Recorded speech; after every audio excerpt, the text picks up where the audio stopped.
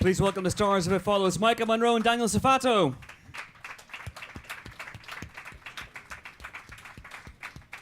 Keep it going, people. Come on, that's it. Thank you. That's much more like it. Got water on your seats as well. It's all good. We think of everything here. Welcome, guys. How are you feeling? Good. Cold. Good. Not too jet lagged. We're okay. Yeah, all right. Yeah, a little bit. Excellent. Let's fight through it, and let's talk about the film itself. If you can, we've just seen the trailer, but for people who haven't seen the trailer, how would you describe It Follows? Well, I guess it's a difficult film to describe, but for me, the best way to explain it. The first conversation that I had with the director was over the phone, and he was telling me where this idea came from, and it was his nightmares as a kid. He had this consistent dream of this thing following him, and sometimes it'd be family members or people that he recognized. And he'd wake up right before it got to him, but it was a slow-paced thing that was following him throughout his dreams. It. Yeah. Just a kid. Yeah. It. Oh, it's not just a, a not thing. A kid. Not a kid. No. Not a kid. But it could take the form of a kid. It could, yes. If it wanted to. Yeah. And a goat as well. Yes. And so from there, he eventually pieced that together. Yeah, he said that he wrote the script in, I think, 10 days. And this then thing here following we are. him Yes, incessantly. precisely. All the way Continually through. running away. Amazing. It's an extraordinary film, and it's an extraordinary premise as well. Let's talk first of all about your characters. Maika, you play Jay, who is pursued by this thing all the way through the movie. Yes. What I really liked about her is that she starts off, in a sense, kind of a typical teenager and thrown into this insane situation. And throughout the film, you're kind of watching her deal with this. And I think what's nice is that she's somewhat relatable. And I think, teenagers watching this, or anyone, even, adults, can kind of relate to her. And in the end, you see her kind of come out a hero, and I don't think that she ever looked at herself as a hero. But in the end, she's very strong, which I was drawn to. And Daniel, who do you play? The hottie. I play Greg, which is Maika, which is Jay's neighbor, and I don't believe in this it thing following her, and I think it's kind of like her own. I'm crazy. Yeah, basically. Yeah. And so I kind of take the role of, I'm kind of like, let me show you that what's going on with you, it's not really true. So, yeah, that's sort of my role. I don't want to spoil the movie. It's a tough one to talk about, isn't it? It is a really tough one. I'm basically, I don't believe in this thing. Yeah. Okay.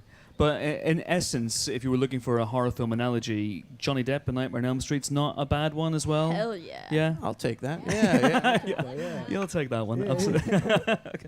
So how did you both get in the fall for this? I mean, you said it was a phone call from David, the director. Yeah, I was actually, I was filming a movie called The Guest at the time that I...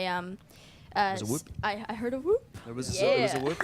Well-deserved whoop. Yeah, so I sent in my audition tape, and reading the script, I thought it was just so odd and bizarre, and had no idea how this would translate into a movie. And so I kind of did some research on the director, and I saw his previous film called Myth of American Sleepover. That is, it's so odd and bizarrely amazing. Just because I've never seen anything quite like it. It's kind of got this dreamlike, hazy feel. So I was thinking, okay, so you have that vibe, and you throw it into a horror movie, and I thought it might be something kind of special. So I guess that's what brought me to the movie. And Daniel? Well, for me as well, I mean, I read the script twice because I couldn't believe what I was reading. and then I was like, all right, let's see what he's done before, because maybe it could be something special. And like Maika was saying, I saw Myth of the American Sleepover, which you should all check out. And it just made sense, and I was so on it. I was like, let's do this. And both films, as you described, Maika, you have this hazy, dreamy vibe, as you were saying. Which is something that really translates here as well. This is not like any of the horror film I've seen for a long time. What's David like on set? I mean, what sort of mood does he manufacture on set? I mean, he's super calm. I mean, there's days where we're crunched for time, and you know, we're doing some insane scene where it's a long shot and I'm running away, and it's so specific, and he keeps it together, which is so nice for a movie like this, having a very calm leader, kind of like the Rock of the production, and he's super personal when he works with you. When you know we're working on a scene, he'll come and pull you aside and just, you know, we sit down and he's looking at you. Okay, let's try something like this. Let's work on this part, and so it was incredible. I mean, I think kind of all the actors had complete faith in him because he knew what he wanted. He was so specific about every little detail. So it was kind of amazing, I think. Yeah, well, he has a really clear vision of what he wants, and he knows how to get it. And when you just have that feeling, like, you just trust him, you know. If he says A, you do A. And so, like Maika was saying, he's really personal. He comes to you. He's a really simple guy. He's really, really interesting to work with. Really direct. Yeah, I guess, yeah. As well. Yeah, he lets you play as well, though. You know, he doesn't really tell you what to do, but he's just a really cool dude. Yeah, you meet him and you're like, okay, this guy is something special. Like, he's And going places. he always had a beanie on, remember? Oh, really? Is that because it was absolutely freezing cold as well? That's a part of it, yeah. Because the film's set in the summer-ish time, and It's but supposed to be, Yeah. yeah. Yes, the But it was- wardrobe is summer clothing, but it was filmed in October and November in Detroit. Okay. It's freezing. Like that clip that you guys just saw, Maika. We're about to. Basically We're, naked, we're about to see that. Yeah. We're about We're to about see to that. you see see it a little bit Yeah. in the trailer. In the trailer. Well, it is. You do Celsius, right? Celsius. It was yeah. like -2 Celsius. Yeah, it so was ridiculous. Yeah, Okay. it was cold. That's what I'm trying to say. I think that's a good setup. We're about to see Maika suffer for her art. So can you set this one up? Can you put some context to the scene we're about to see? Yeah, I mean, you see a bit of it in the trailer. Basically, I just had sex with Hugh in the car, and I'm laying over, and he comes in, and it's OxyContin, right? OxyContin, yeah. He puts OxyContin, so I pass out, and I wake up tied to a wheelchair. And the rest Great will stuff. follow. Let's take a look at the clip. The film is longer, just in case you're wondering. Just a little bit. It doesn't just end at that point. So how cold then? -2? Yeah, does Fahrenheit. How bad was it for Yeah. you? You okay? Yeah, I mean, yes, I survived. Good. Yeah. But basically, yeah, in between takes, they'd come and like wrap me up with blankets, and I'd just have like this little hole where I'm looking out. And I mean, well, Daniel, you were on set and you were wrapped up I warm, had and 10 layers. yeah, Man. exactly. You had coats on. I'm just like, I was you good. little. but that also sets up the basic premise so that Jay will be followed throughout this movie. But there's a fascinating facet that David welded to his original idea. This idea of the beast being transmitted through sex, which in horror films, sex is often used as punishment. Sex is often used as some sort of weapon against its characters. Can you talk about how it's used in this movie and how David? I wish David was here to answer this one.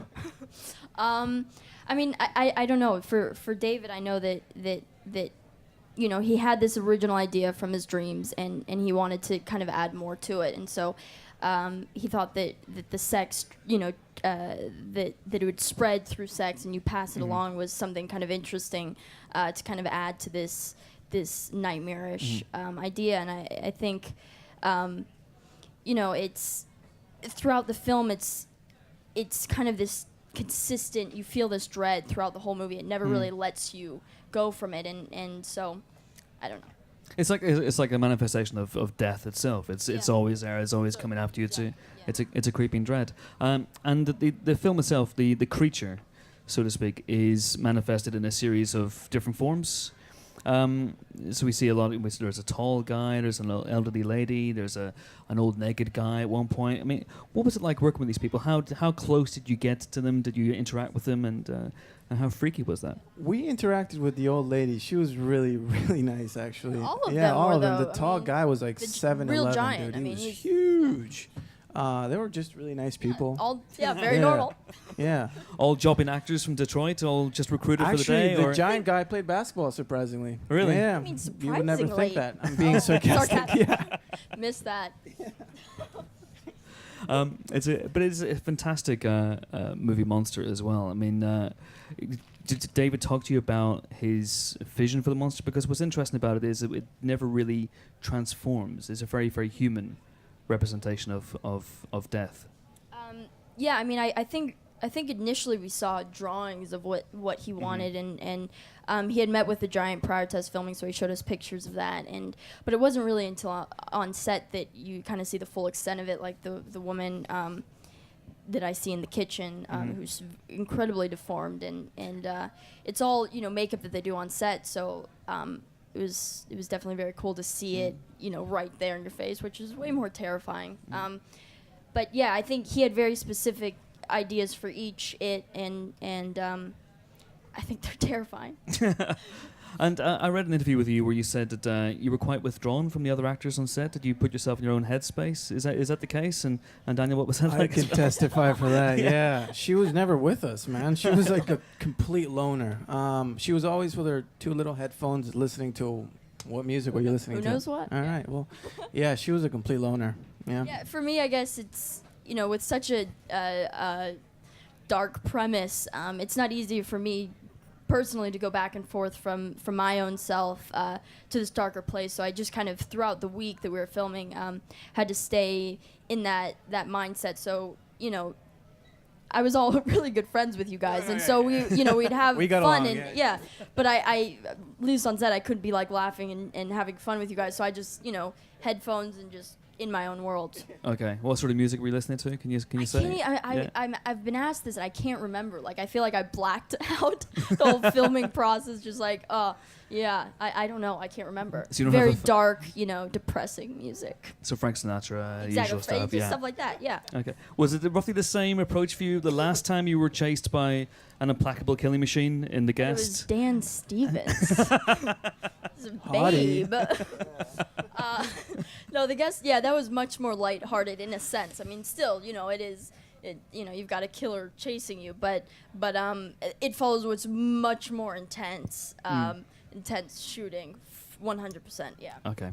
Let's take some questions for you guys now. We got a couple of roving microphones going around. If you have anything to ask Mike and Daniel, put your hands up. Don't be shy. Anyone at all. These guys are talking amongst themselves. They're thinking about it. I can see it. I can see it. Do you want to ask a question? Go on then. Let's wait for the microphone. Yeah. It's the first time I've ever actually almost physically coerced someone into asking a question. I apologize. Yeah. I was actually I was wondering because you pretty much just answered it in the last question, but okay. I was just going to ask, is there like a substantial difference between filming a movie like The Guest, which is obviously much more action orientated, and something like It Follows, which is much sort of slower paced horror? Well, yeah, I mean, The Guest, even just the group behind it, Adam Wingard, the director, is this, crazy, loud, I mean, just hysterical guy. I mean, we're laughing nonstop filming that movie, and Dan, too. I mean, it was so much lighter. And although, I mean, the premise was, like I said, it is someone chasing you and trying to kill you. There was a comedy to that film, and just the vibe of it. And then It Follows, David, the director, is very low key and calm and just very, intricate, and everything is, it was probably the most intense 5 weeks of my life filming this. I mean, every day was screaming, crying, running into things, running for my life. That isn't easy to do. Walls. Yeah, for 5 weeks. So yeah. Did you film it chronologically or out of order? No. Okay. Yeah. So I imagine maybe at some point in week 4 you had maybe the first scene where you're actually quite happy. Yeah, I'm and like, it's all right. yeah. I think The last scene you shot was the first wheelchair. scene. Yeah, the wheelchair scene was the very last day. Yeah. Oh my God, really? Yeah. Okay, that must have been fun. Yeah. Straight in the deep Oh, end, yeah, so to speak. yeah. What sort of homework did he give you guys to prepare for this? Did he give you reading material? Did he give you other films to watch? For me, he gave me some films to watch, John Carpenter's films. I remember Blue Velvet, watching that, which was a great one. And it was hard, though, because I came straight from another film, The Guest. So those were back to back. So there wasn't as much time as I probably would have hoped. But we spent, I think, about a week week and a half before, just all of us, working together, Yeah. the cast, and going through the script and stuff like that. Yeah. Which I think that was the best Yeah. thing for us, because I don't know. I think when you watch the movie, you can tell like these kids are actually friends. Yeah.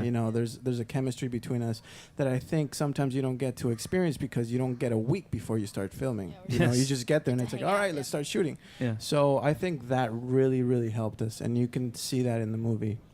And what about horror films in general? Is that something that you're interested in? I mean, Micah, people are now throwing the sobriquet Scream Queen at you after listening to Guest. Is that something that you're embracing, or you want to get away from? I mean, no, I'm embracing it. I mean, it was just by chance that The Guest and It Follows came back to back. I read both those scripts, and they're both so fascinating and just so unique to the horror genre.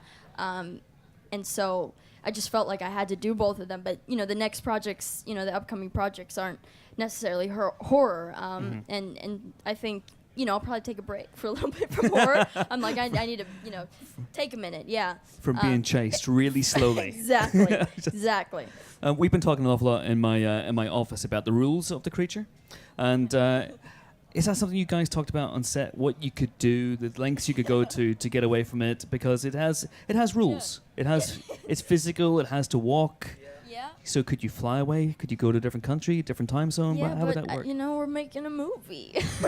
Come on, man. So we can't fly away, please. Seriously. Yeah, I mean, no, David, because he was kind of asked a similar question today about, what were the limitations, and, he said he's just writing and he's kind of just creating the idea in his head, and there wasn't really any specific, I don't think we ever talked about it. It was just kind of, it's walking slowly and we're running away from it. Great, yeah. We had really, really old school cars too, so that didn't really help us. We couldn't go too fast. You know what I mean? Like 10 miles an hour. My car, Greg's car, not my car. I mean, do you remember? We were driving that car in the highway, and it was pretty terrifying having David in the back, the DP in the car, all the cast, and myself driving. Yeah. Oh my God. Yeah, it wasn't pretty. Yeah. So do you feel a sense of responsibility? I better Hell not yeah, spin man. this. yeah. Yes. A lot of responsibility. If I crashed, bye-bye movie. The movie would have never been made, So, yeah. But at no point did you turn to David and go, you know what, I think our character should go to Australia now. Just to buy Yes. some Yeah, time. get some kangaroos just, and yeah. Serious time, yeah. Bit of sun, that'd be nice. Yeah. You never know. Next one, you never Yeah. know. You never know. It follows Sequel. too. It follows too. I just want to ask you guys one last time. If any other questions for Daniel and Maika? Yes, please. You, sir. If you just wait for the microphone. Hi. Can you name the top 3 actor or actress that you want to work with in the future? Top 3. I like that question. Top 3. It's quite Do you want to specific. start? Okay. Okay, let me. I've I would love to work with Jack Nicholson, but he's never coming back. I don't think so. So Leo DiCaprio, I'm obsessed with him. Basketball Diaries, one of my favorite movies. Mm-hmm. And I'm gonna throw a female out there. Jessica Chastain. Are you just like stealing all mine? What? I mean, like We have similar tastes. I'll say another. No. Johnny Depp. I mean, Johnny's Johnny. I can go Johnny on is forever, Johnny. man. I mean, That's 4. so Technically, many that's 4. people, yeah. Come on, Okay, I failed. I think. God, I know one for you. I know one. The blue. Oh my God, what's that movie? Leia Sadu. Leia She's Sadu, incredible. yeah. Yeah. Well, that movie's amazing. Yeah. I think Tom Hardy. I think is just insanely talented. And you have a crush Yeah, on he's a him. babe. That also. So I mean, helps. every movie that he does is incredible. Yeah. It What's the is. movie you just saw? Bronson. Yeah. Bronson. That's a Yeah, that's great great. movie. Jessica Chastain is another one. I mean, as a female, I look up to her just because has such a variety. You see her in The Help, this over the top character, and then in a movie like Zero Dark 30, I think if I had to look up to her career, I think that's so amazing. Mixing around, and then probably gonna have to go with like Meryl Streep or a classic one like that. I think that would be pretty. I feel like I would learn so much from working with someone like that. So out of left field, Meryl Streep, let the young up-and-comer. Yeah. Yeah. What movies Yeah. has she done? Who knows? Who knows? Just one thing we always like to ask people on these Q&As is just how they got into the business, because a lot of people want to know and want to follow in your footsteps. So how did you get into acting in the first place? I'm from Costa Rica, which I don't know if you guys know where it is, but it's a small country in Central America. And I always wanted to do this since I was a really young boy. And I decided to go to New York when I was 18 and pursue my dream of acting. And that's kind of how it all started. It's probably not quite as easy as that, though, was it? It was. Well, no, it was. Yeah, I mean, there's a lot of things. Yeah, but I just knew that if I wanted to make this happen, I had to get out of where I was, Costa Rica. Yeah, so New York was the place to go at the time. Yeah. Absolutely. And Mike, you almost fell into it in a way, didn't you? Yeah. Well, I started. I grew up doing dance. Dance was kind of my life, and I think at that age, I think I was like 13, and I was like totally set I was going to be a paramedic. That was like what I wanted to do, which I don't know why. Now I'm just like, that's absolutely crazy. You okay with blood? Yeah, I am. But then I realized like how you'd have so many nightmares at night. Like, all you the don't people, already? Oh, I do. But I mean, imagine like you're thinking you can't save a life, and you're just, I mean, it would be bad. It'd be a dark life. It's not real. Yeah. Okay. Come on. It's all fake. So anyways, yeah, I grew up doing dance, and literally by chance, I think it was a production company contacted the dance company that I was with, and said we need young kids as background dancers, and I was like, yeah, sure, sounds fun, why not? So my mom, drove me to LA, and I just remember walking on set and just being in awe of the whole process of making a movie. And it happens to be a horror movie. And of course. And yeah, I mean, it just started from there. I was on set, even when I didn't have to be there, I was behind the camera. And so I got to know the director really well. And he ended up writing me into the script with, I think I said like, yes, Grandpa, or something like that. And it's a good line. And then it just kind of slowly started from there. And here I am. And do you still keep up the dancing? Can we expect It Follows the musical? It follows. Musical. Hell yes. That's an exclusive. And what a note on which to end. Thank you so much for coming. The film is out February 27th. And once again, thank you, Maika Monroe, Daniel Zovatto. Thank you.